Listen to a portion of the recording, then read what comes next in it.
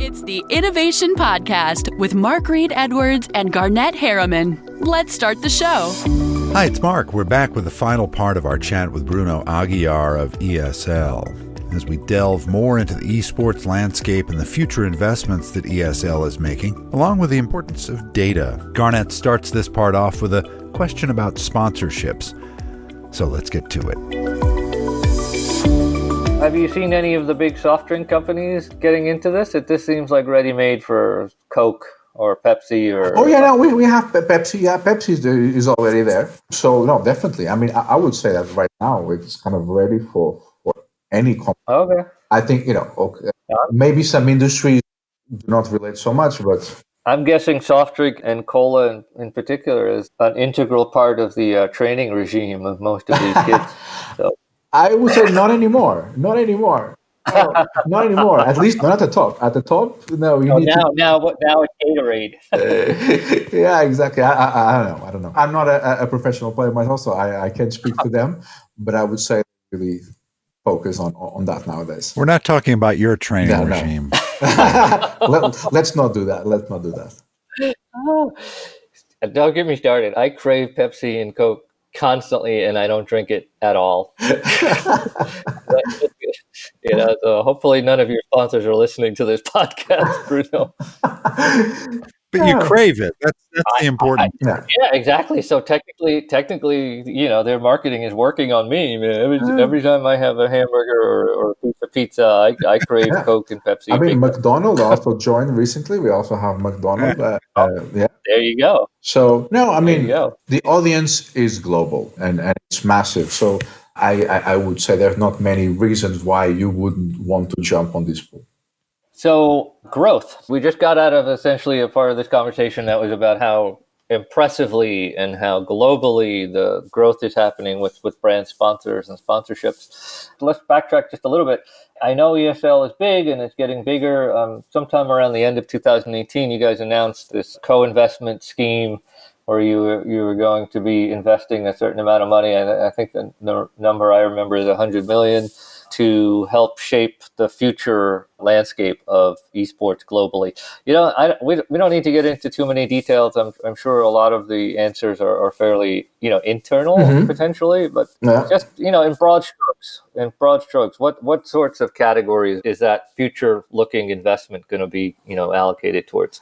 Yeah, no, I mean, so we're mostly talking about infrastructure and technical developments of the different kinds, network integration, anti-cheat, and so on. So it's everything much really with kind of like infrastructure that we want to have in place to really scale the event, scale that we can have more people watching, more people participating, more people commenting and engaging with the content and all that. So yeah, it's mostly in that area. I don't have too many details actually on that, or at least that I can share.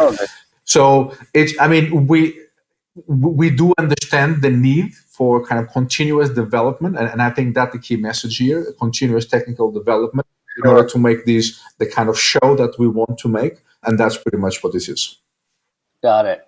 I want to read you a quote from one of your colleagues in the UK, and then ask you to comment on it a little bit. Sure. This is a quote from James Dean, not the ghost of the dead actor, but James Dean, the managing director. Yeah, he's now managing director in the UK. Yeah. Yeah. And here's the quote. At the forefront of an emerging and rapidly growing esports industry, we're in a very fortunate and unique position to have insight in the live viewing habits and interactivity of young, tech-savvy, and early adopting audiences.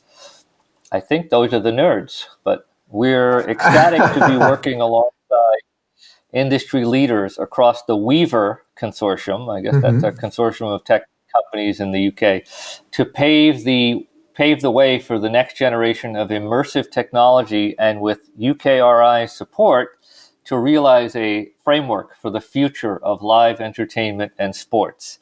So my question is, how does an industry, esports, that started as something very underground or very like youth subculture, how do you manage to get in bed with the stodgy UK government? What's that all about? Well, I think that the quick answer is that, basically esports, or at least our vision for esports, is something truly mass. So it's not kind of a niche subculture anymore. So it started as such, mostly because of kind of a technology and the fact that the technology was not available for everyone.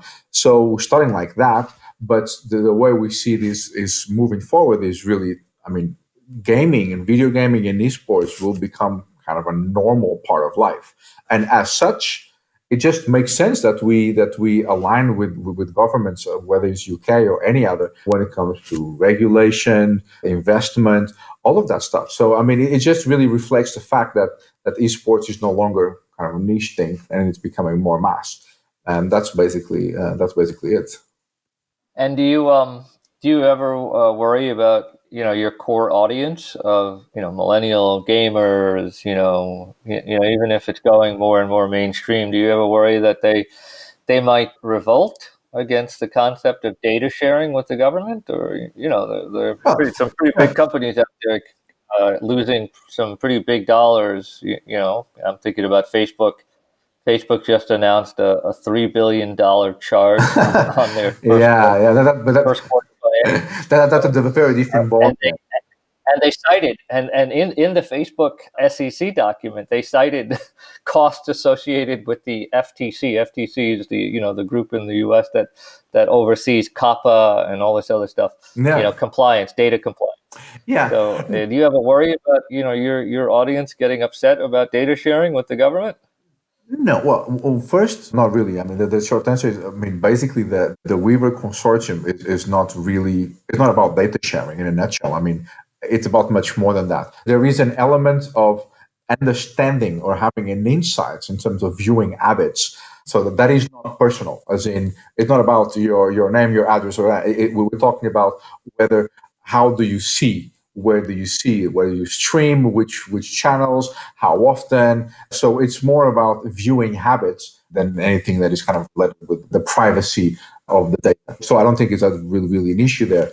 In terms of kind of the wider, the bigger question of kind of the core or the original gamers kind of revolting, as part of seeing this, I would say, industry in general kind of becoming more mass. I don't think so. I mean, I think that the benefits of having more people playing, that having more investment in technology and having more of this content out there that is interesting for them, it totally outweighs any kind of concern with whether we're working with the government or not. Because I mean, I think working with the government is something that any real sport does. So because there has to be rules and regulations, and we need to work within a framework. And so I think it's actually important that we kind of go from a small thing, kind of like full of pirates and hackers, to something that is it's consistent, it's transparent, it's kind of a bit more adult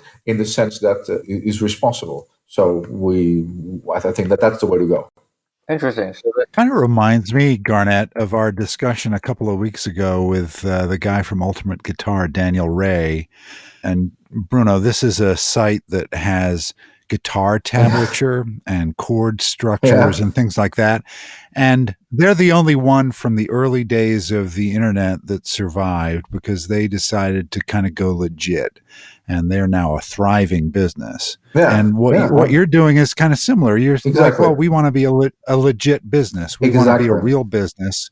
And so we've got to do a few things like cooperating with the government. And above all, we want to be a real sport. Like going back to the beginning of the conversation.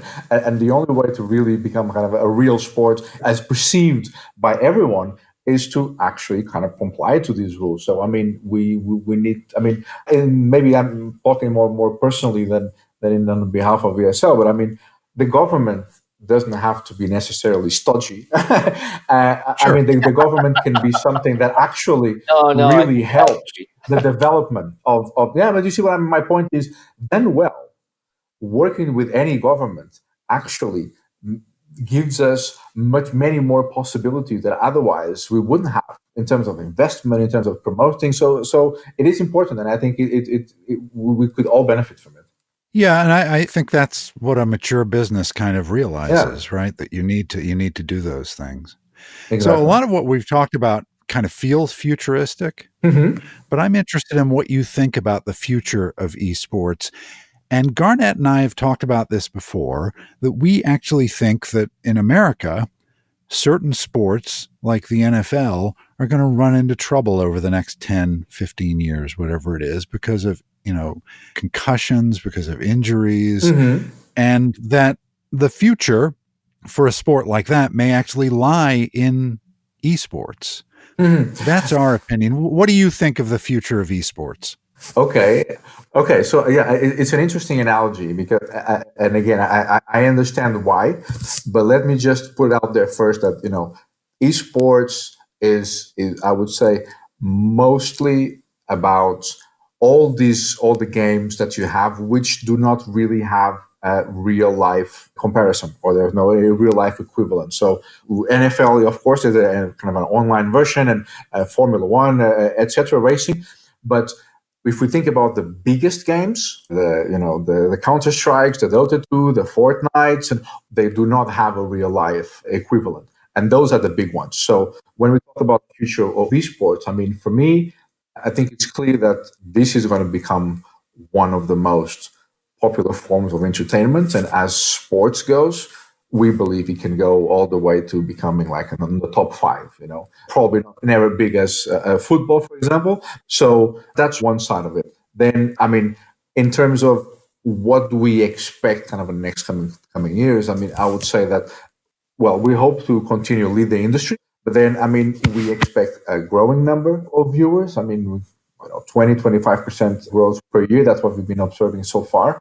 So it's really kind of exploding in terms of the interest of the audience, which then reflects in terms of prize money, which then reflects in terms of sponsors, in terms of broadcasters, number of broadcasters that are interested in our content, not only kind of the original online ones, but also offline and kind of a cable TV, etc. So it's becoming more and more of an entertainment form, or that's the way to go in the next couple of years. To your point of the NFL, I don't know if that's the way it will go. What I would say is that in order to attract a younger audience and in order to maintain an engagement with whatever is the audience that you have now, you cannot do that without kind of an online presence in the form of esports as well. Okay, so online is obvious, of course, the app, that website, but in the form of esports. So you will need that. And I think that's true for NFL, but pretty much for all the other sports. Yeah. Well, one thing I think I know right now is that we're going to want to have you back every 6 months to talk about the development of esports, because it's going to become, I think, part of the firmament of society. Yep. And it may just be referred to as sports, just like e-business 20 years ago was a thing. Now it's just business. Yeah, exactly. Yeah, absolutely. Well, really appreciate you being here, Bruno. I'm very happy to be here. I really appreciate the invite. All right, next time we're back with a one-on-one session with Garnett and me. We have lots of topics we've been batting back and forth, and it should be a fun discussion. So stay tuned. Thanks for joining Garnett and Mark on the Innovation Podcast. Visit innovationpodcast.co to subscribe and listen to other episodes.